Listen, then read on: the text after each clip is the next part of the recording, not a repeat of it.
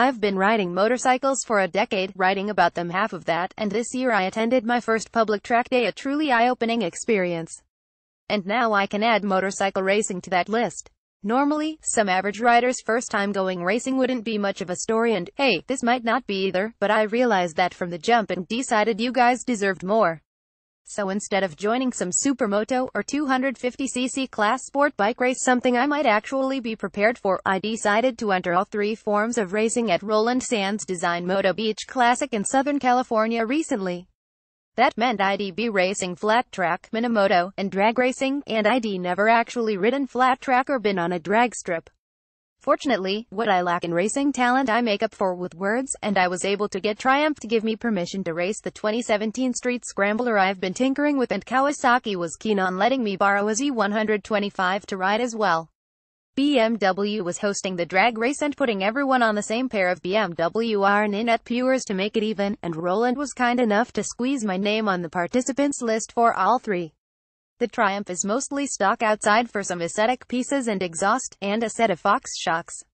While most of me loves the exhaust, it wasn't lost on me that they're a racing prototype, that the only other guy on the planet with them is flat track maniac Joe Cop, and that showing up with them to a race sent the message that I meant business.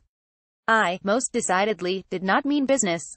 Additionally, the Z125 Kawasaki had waiting for me was not a stock model, but one that'd been fitted for a 24-hour race with an upgraded exhaust, bars, crash protection, and graphics kit. I really need to stop showing up to events looking like a full factory rider until I have the skills to match. Now the only trouble was that I'd never ridden anything bigger than a Yamaha TTR 125 on a flat track, and that I'm far too big of a sissy to try drag starts without my life depending on it.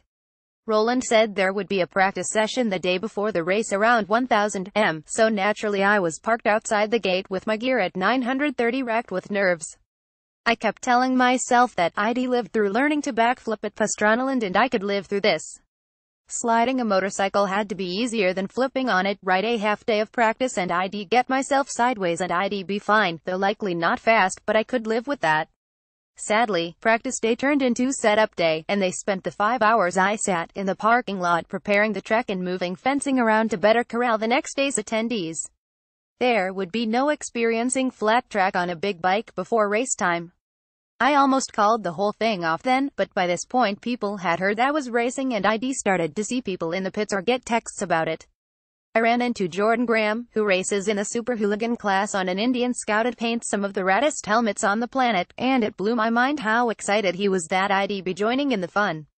He's a crazy talented guy I've looked up to for a long time and who I've really only met in passing, but his enthusiasm and offers to help with anything I needed come race day changed the feel of the event. I also heard from Frankie Garcia, a jack of all trades in the moto world, who was actually the guy who led the ride on my very first press trip and led me to my first time hitting 186 miles per hour. He was racing a Ducati Scrambler that he and my buddy and Ducati PR guy Nathan Verdugo had built. Basically, I wasn't getting out of this without looking like even more of a sissy than usual, and this time in front of literally everyone I knew. So, I was going racing. Fortunately, I talked my buddy Justin into coming along so I'd have at least one person I could maybe beat. A Southern California flat track event with lots of odd classes brings a ton of riders out of the woodwork, and there were a ton of qualifying classes come race morning, so I decided to enter a practice session or two on the Minimoto track. Here, I quickly learned that while the SoCal flat track scene may be burgeoning, the Minimoto scene is incredibly well established. It took about 2 laps to realize that the one race I was feeling pretty good about was also the race I was going to likely get smoked in the worst. These dudes, about half of whom were barely in their teens, had insanely well-built bikes and rode in a way that said this was just another race for them, not a one-off event like the flat track race was for most of us. I was getting the hang of the track, and by getting the hang of it, I meant I at least stopped getting lapped by these kids, but a low side kept me just outside of qualifying. To be honest, it was a gift, and it should also be noted that tracks on the beach get dirty and it's base to keep to racing where dirt should be on the track. Finally, it was time for the Runway Ya Brung class to have its qualifying, and I lined up behind the entrance to the track with my heart pounding in my throat. I caught eyes with Graham, who always has a big, goofy smile on his face, and he gave me a big thumbs up, but I diverted my eyes quickly as this situation was far too dire for his jovial attitude. Justin and I locked eyes and what did we get ourselves into? Look, but it was too late to back out as someone started yelling, "You're up at me."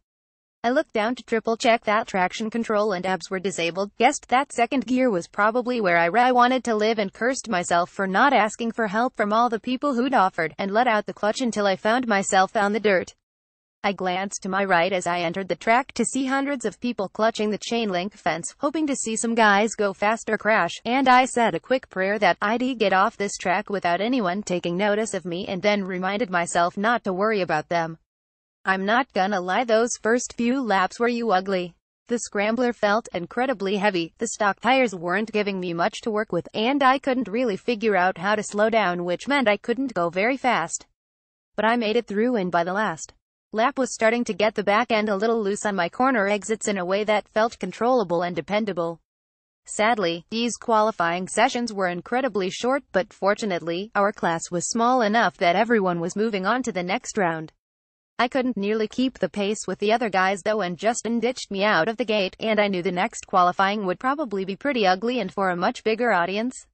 I was greeted by Jordan Graham's huge grin as I entered the pits.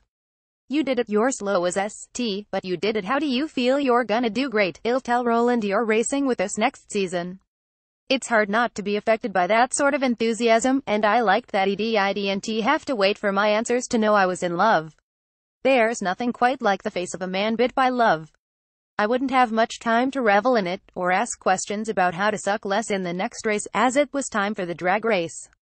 Have I mentioned how much I hate abrupt things? I've always been a slow learner, in big part because I like taking things in very small increments, something that isn't quite possible when it comes to things like wheelies, backflips, or drag starts.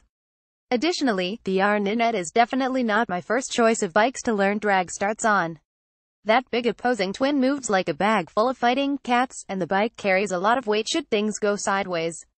By this point in the day, most people had caught wind of Justin and my trash talking, so I wasn't surprised to see our names slotted against each other for the first round of races. I joked that I'd been training for this race my whole life and that I had a big weight advantage over Justin, who has 30 pounds on me, but my attempt to stave off my nerves only lasted until Jamie Robinson kicked off the first race with a massive slide. At least the principles of this race made a little more sense to me. Keep traction, keep the front wheel down, keep my weight low and forward, nail my shifts. I hadn't quite accounted for the fact that all eyes would be on us and there was no way to go unnoticed, but I tried to push everything from my brain as we rolled to the start. I made one last attempt to lighten the burden of the event, giving Justin the bird as we waited for our cue, but was pulled back to reality as I heard someone say the video cameras showing the feed from the event were live and on us and we had 10 seconds. Letitia Klein was launching us, and my heart jumped as she raised her flag. 3, 2, the flag dropped and I did my best to release the clutch as smoothly as possible. Justin's tire inched out in front as we banged through first, second, and third gear, the front wheel lofting slightly in each. I felt myself close the gap slightly and heard him short shift just barely as I milked the last power from third and reaped the rewards as I pulled past him in fourth gear, carrying that into fifth and across the finish line with almost half a bike length on him. We turned around and headed back to the start line, and I couldn't get off the BMW fast enough. I just stared death, or at least embarrassment, which feels like death in the face, and I wanted the safety of solid ground as quickly as I could. I got my helmet and gloves off, but my hands would not stop shaking from the adrenaline for what seemed like an eternity. Drag racing and winning a drag race is terrifying, but it's one of the most incredible rushes I've ever had. My streak didn't last long, however, as a botched shift into fourth gear saw Garcia beat me in the second heat by just a few inches. If you're going to lose to a guy, Frankie is the best guy to lose to as he both looks completely unassuming while he rips at everything. He raced superbikes, supermoto, and is incredible to watch on a motocross course, and he went on to win the whole drag contest after barely besting me. To say I felt good about it is an understatement. Our next heat for the flat track race wasn't for 2 hours or so, and it took the better part of an hour for the adrenaline rush to wear off and for me to clear my head, though it fired back up when a schedule change meant I had 5 minutes to get ready for it instead of the 20 I would have normally given myself to get ready. Justin and I were the last two to line up for our heat, and I was actually the only rider lined up on the second row. While unprepared, the lack of time quelled my chance to get in my head and my nerves were far more under control as the flag dropped. I reminded myself to point my inside arm toward the apex of the corner, to be smooth, and to use the rear brake. After a corner or two, I hadn't died yet, so I pushed further into what my brain was telling my body to do.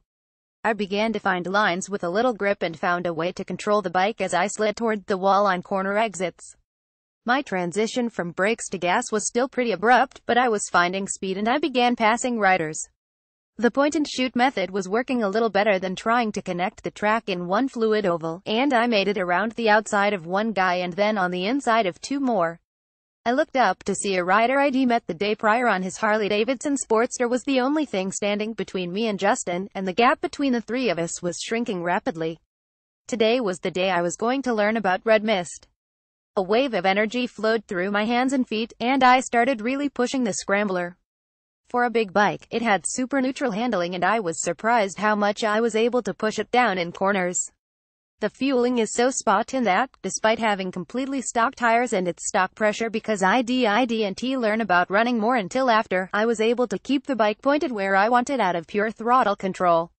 It was with all of that in my mind and body that I tried to dive under the Sportster, only to not make it in time. I tried to scrub off speed, but he went to make the corner and I clipped his back wheel which sent me tumbling.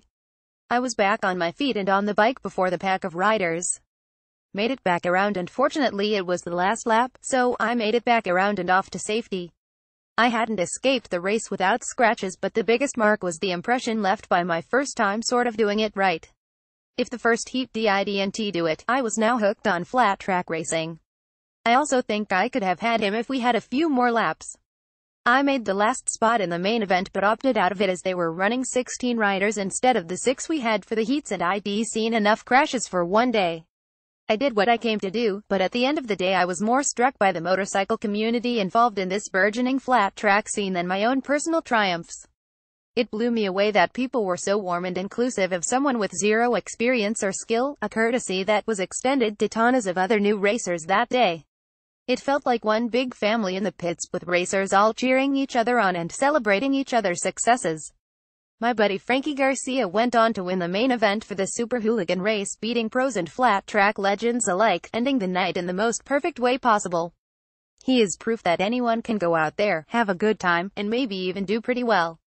And the reaction to his win, with dozens of us in the pit screaming his name on his last few laps, is proof that this is an incredible family to be a part of.